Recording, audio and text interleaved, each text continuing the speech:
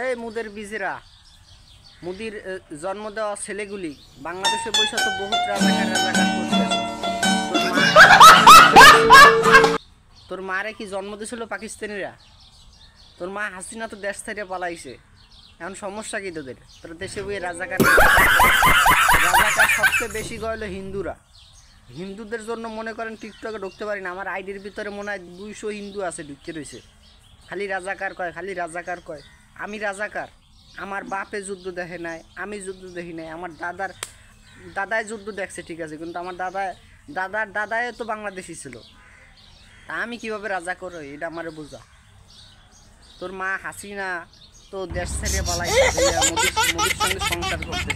তুইও যা, তোর মার লগে যা, যে সংসার কর, তোর মার লগে যে একটু ঘুমা। তবু বাংলাদেশে থাকার উচিত না। বাংলাদেশের ক্ষেত্রে আমার রাজাকার কস না। আমার আইডি কার্ড হয় না, এই যে দেখ আমার সামনে আইডি কার্ড করবো, বুঝছোস? তাহলে তো আমি টিকটকে ঢুকতে পারি না। তোদের সমস্যা কি এটা বুঝা আমারে। আমার রাজাকারের বাচ্চা। আমার বাপ দাদায় কেউ কি রাজাকার ছিল? আমার বাপে বাংলাদেশি, আমার দাদায় বাংলাদেশি, আমি বাংলাদেশি। আমার বাপে মুক্তিযুদ্ধ দেখে নাই, আমি মুক্তিযুদ্ধ দেখি না। আমি তো কীভাবে রাজাকার হই? হ্যাঁ, আমি কীভাবে রাজাকার হই এটা কর।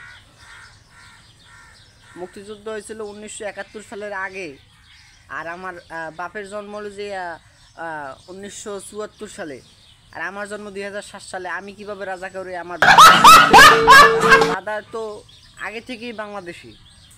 হ্যাঁ, তুই কি মোদির বীজ?